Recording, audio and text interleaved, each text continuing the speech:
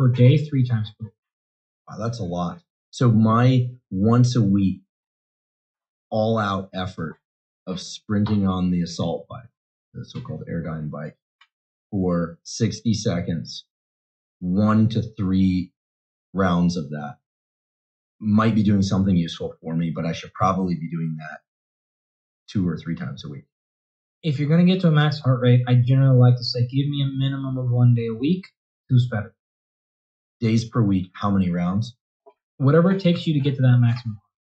Right? So in your case, you did 1 minute. Okay, good. If you're going to extend past a minute or 2, 1 round might be enough. So for example, if you want to just do something where I'm going to run a mile as fast as I can, that's all you need to do for the day. You don't need to do multiple. You can do mile repeats. Let's go. That is really, really challenging. I know we've extended the time duration, but I wanted to go there to show you the time domain matters to you. If you're doing something like a 20-second burst, you're going to need more rounds. If you're doing something longer, like multiple minutes, you don't need as many rounds to get there. So in addition, if you're really reaching past this 90 seconds of hell window, it's just going to do a lot more damage to the system. Not damage than bad, halfway there. There's a lot to recover. So we need more recovery time.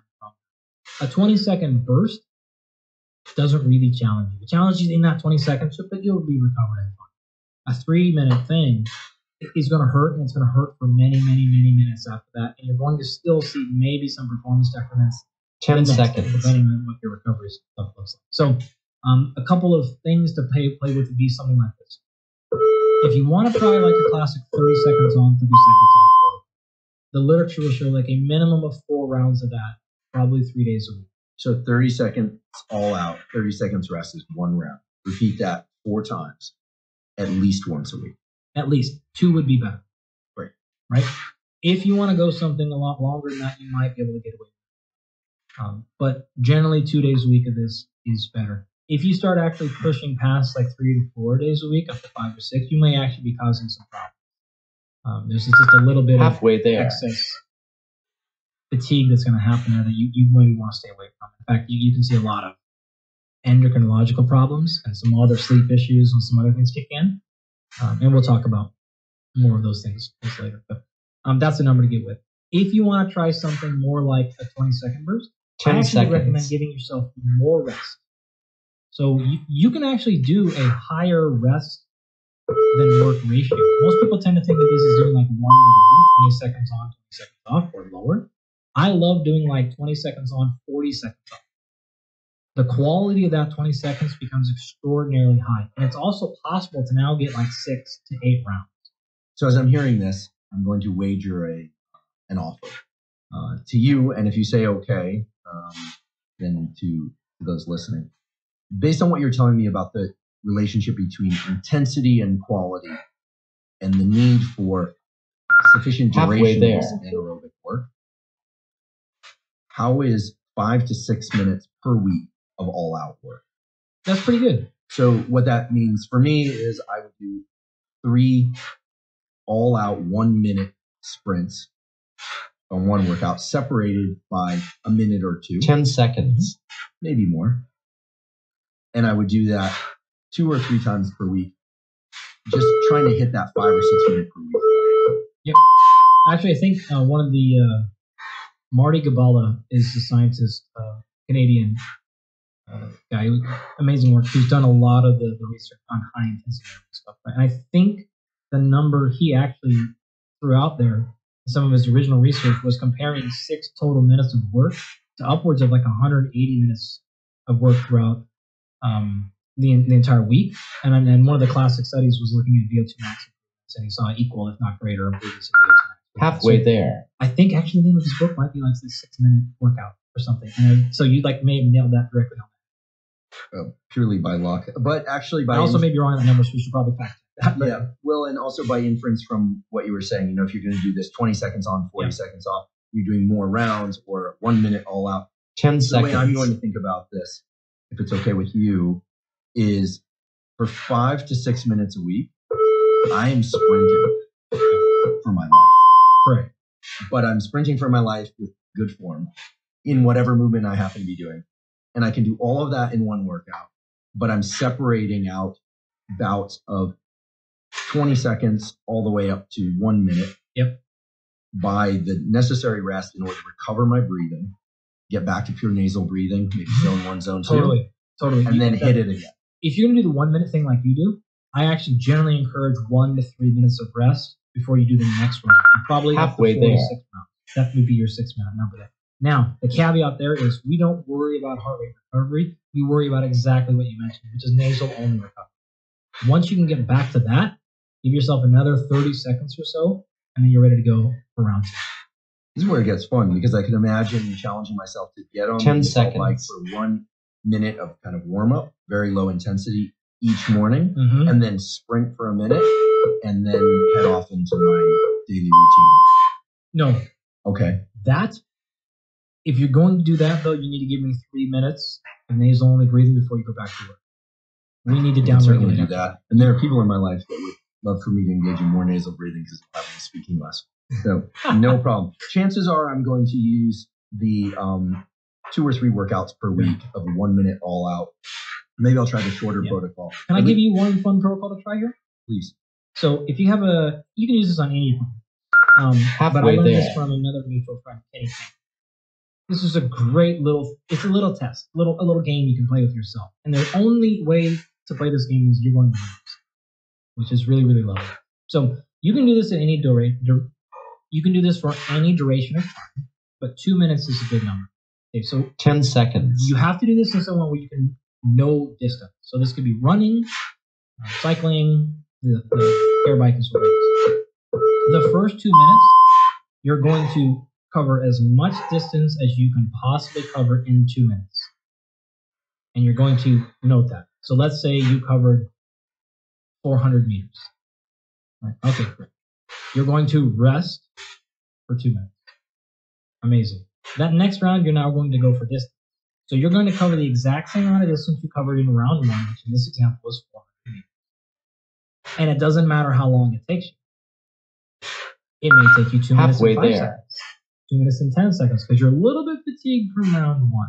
Round 3, you're going to now come back and do that exact same time domain that you did in round 2. So if it took you 2 minutes and 5 seconds in round 2, now round 3 is going to last 2 minutes and 5 seconds. And you want to see if you can cover a greater distance.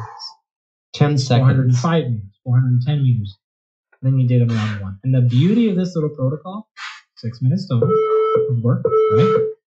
But if you slack in one of the rounds, you just make the next round harder. Is there any rest between rounds? Yeah, 2 minutes. Always 2 minutes rest. You don't have to, but this would be my recommendation. Kenny King came up with this. I don't know if he came up with it. He taught me this thing. We both know Kenny, and he's an incredibly nice and incredibly skilled trainer. I'm going to call it the sugar cane. Yeah, it's so great because it sounds really painful. And if you go out too hard in round 1, you're in such big trouble round 2. But if you go too easy in round 1, you're going to get absolutely obliterated in round 3. So it's like a wonderful thing. And you can pick that number as a standardization and then just try to improve that a little bit per week. So progression is the last part of this whole thing we haven't got to yet before we move on.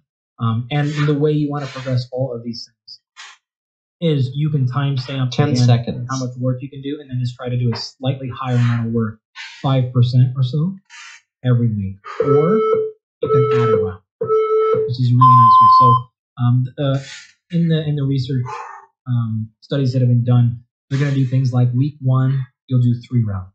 Week 2, you'll do 4 rounds. Week 3, you'll go 5 rounds. So you'll like add a round until you get up to say 6 or 7 or 8 rounds at the end of the protocol. So that's a really nice way to go about it. Or you can cap the rounds and just try to get more work done in that same time. You mean go more intensely. Correct. Get further distance than your 30 seconds or your 45 seconds or whatever. Halfway there. I want to encourage people to go as low as 20 seconds. That's going to allow you to go very, very, very fast. That's going to actually challenge that phosphocreatine piece a little bit. I want to encourage people to also go as high as 90 seconds. So the honest way, the way that I will do it, not that it's about me, but just as an example, 10 seconds. I do something in the 15 to 20 second burst. And I will generally hedge towards a 2-to-1 rest to work ratio. So I'm probably going to rest 40 to 60 seconds. That's to make sure that 20-second burst is extremely high quality. Cool. I'm also going to do something in the 30 to 50 second range. Okay. I might go 1-to-1 work rest ratio. The quality of those 30 seconds is going to come down, but the acid buffering is going to be extraordinarily challenging. I also will do that with a triple or quadruple rest training. So again, 30 seconds on, Halfway there. maybe 2 minutes off. Now, I won't be working on my ability to handle the waste product buildup there, but I'll be working on my ability to produce more force over that time, which is another skill set. And then all the way up to say what you do, a minute, 70 seconds, and you can go 1-to-1 then. 10 Or up to seconds. 3-to-1. You're going to be working on a little bit of this different thing, but that's exactly how we hit both sides of this equation. Working on dealing with waste as well as actually working on bringing in nutrients and getting that system a little bit more effective. So you could set that up across a week, and it could be something like day 1 is that 20-second burst window, day 2 is that maybe 60-second window, and then day 3 is maybe one all-out effort, and we're done. Let's talk about the specific protocols and adaptations related to maximum aerobic output, or maximum aerobic capacity, as it's sometimes called. Sure. Now we're Halfway moving there. past like that couple of minute range into like the 5 to 15 minute range, but at a maximum intensity. So what's the highest you can go from that? We're not talking about our last category of long duration. Well, the beautiful part is we've already explained a lot of it, because it's very similar to what we just talked about with minimum 10 capacity. seconds. It is primarily going to be a problem of dealing with waste products, especially at the end. It's not enough total distance. You're running out of muscle glycogen. Last It may round. start to creep down a little bit. That's not going to be an issue, but certainly more oxygen transportation is. So we're just hedging a little bit more towards that side of the equation. Towards the end of that workout, no doubt about it, clearing out waste products is going to be a huge issue. But really, oxygen demand delivery is starting to take more of a prominent role because we have had more time to clear waste. And if we're not good at that, we're going to be failing Halfway there. than we need. So the training for that needs to be a little bit at that exact same. So a classic thing here is a 1 mile test, right? This is going to last for most people somewhere between 5 and 10 minutes. You're sort of right in this window. If you just want to practice that once a week, we're done. 10 seconds. Exercise choice, same thing we talked about, right? Pick an exercise you're comfortable with that you can actually do, and you can progressively increase in terms of intensity.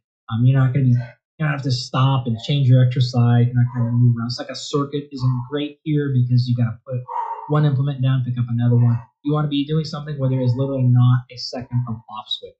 So similar exercise choice principles we just covered. If you go and become a real savage and you want to do repeats here, you can. Endurance folks will do that a lot. 1 mile repeats, 800 meter repeats, things like that. Or I'm not sure if the swimming Longest equivalents one would on be. long The swimmers seconds would we've do done. this constantly. But you don't need to. Longest previous was This is 10 really hard. minutes It's with a pretty hard on 16. the system. It's very good for you. 1 to twice a week.